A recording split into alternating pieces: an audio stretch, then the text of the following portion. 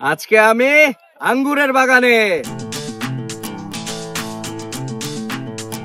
আঙ্গুরে প্রচুর পরিমাণে রয়েছে ক্যালোরি, শর্করা, ফাইবার ও ভিটামিন সি, যা আমাদের দেহের রোগ প্রতিরোধ ক্ষমতা বৃদ্ধি করে এবং আমাদের দেহকে সুস্থ রাখে। আমাদের বাংলাদেশে আঙ্গুর প্রধান ফল হিসেবে খাওয়া হয়ে থাকে। আঙ্গুর মিষ্টি ও সালাদ হিসেবে ব্যবহার করা হয়।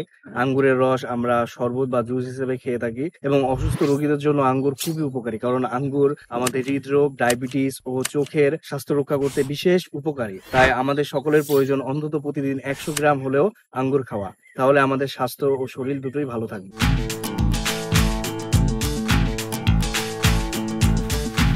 এখন আপনাদের সাথে এই আঙ্গুর বাগানের মালিকের পরিচয় করিয়ে দেবো। আপনার নাম? আসসালামু আলাইকুম, আমার নাম মোহাম্মদ দিলওয়ার হোসেন। জি, আপনি কতদিন যাবত এই আঙ্গুর চাষ করছেন? বর্তমান আমি 1.5 বছর চাষ করছি। আর চারা সংগ্রহ করেছিলেন কোথা যারা থেকে? আমি আমার ওয়াইফ ইন্ডিয়াতে নদিয়া জেলায় করিমপুর গ্রামে যাই, সেখানে দেখি যে আমার একটি বাগান আছে। সেখান থেকে আমি কিছু ডাল আপনার সংগ্রহ করি। সেখান থেকে ডাল নিয়ে তারা বলে যে ইন্ডিয়ান একটি মেডিসিন আছে, সেই মেডিসিন যদি ডালের কিছু অংশ লাগানো যায়, বাড়িতে এসে চারা দিন, সেখানে চারা ফুটে যাবে। তো সেখান থেকে আমি আপনার 70 পিস ডাল নিয়ে আসি। তো 70 পিস নিয়ে এসে বাড়িতে আমি মেডিসিন দিই, আপনার এই চারা বাড়িতে তৈরি করি। তৈরি করার পরে আমার এই 10 কাঠা জমিতে আপনার বর্তমান 70 পিস চারা আছে। এখান থেকে আমি এই চারা আমি আজ 1.5 বছর আল্লাহর মধ্যে চাষ করছি এই 10 কাঠা জমির উপরে। কিন্তু এখন মানে এই 10 কাঠা জমির যে চাষটা করছি আপনার ইন্ডিয়ান বাইকুন একটা জাত, মিষ্টি জাতের জাত। এখন বর্তমান যে ফলটা দেখছেন, এই ফলটার বয়স, এখন এই ফলটা বয়স বর্তমান হচ্ছে আপনার 30 দিন। 30 দিন মাত্র? মাত্র 30। এটা আপনার হচ্ছে 30 দিন বয়স, কিন্তু এটা আপনার হচ্ছে ফলটা হবে 100 দিনের পাই। মোটামুটি 3 মাস 10 দিনের ফসল।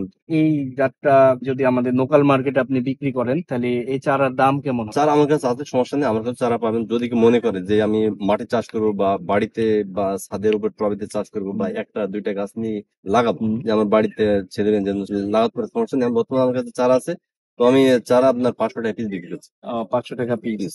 এখন মানে ছোট গাছ, এটা দেখেন, আপনি সামান্য আপনি বোঝাই দেখেন, এটা কাটিং হয়ে গেছে। কাটিং হওয়ার পরে দেখছেন সুন্দর চারা। এটা তো ফল হয়েছে, মাশাআল্লাহ। ফল হয়েছে।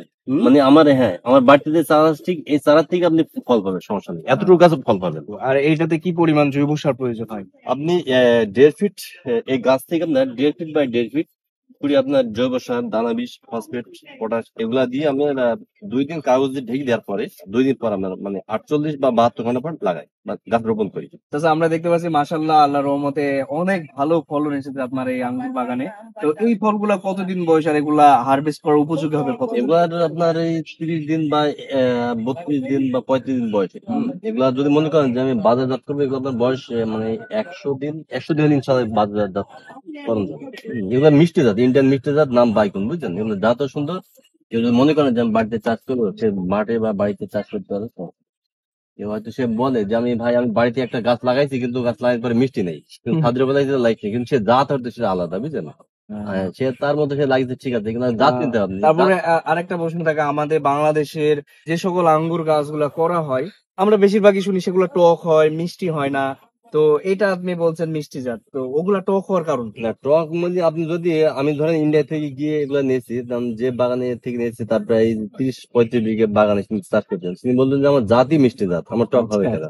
মানে টক হওয়ার কোনো সম্ভাবনা নাই? বাংলাদেশে আমার মনে হয় যে বাংলাদেশে আঙ্গুর খায় না বা বাজারজাত করার জন্য এমন কোনো লোক মনে হয় নেই।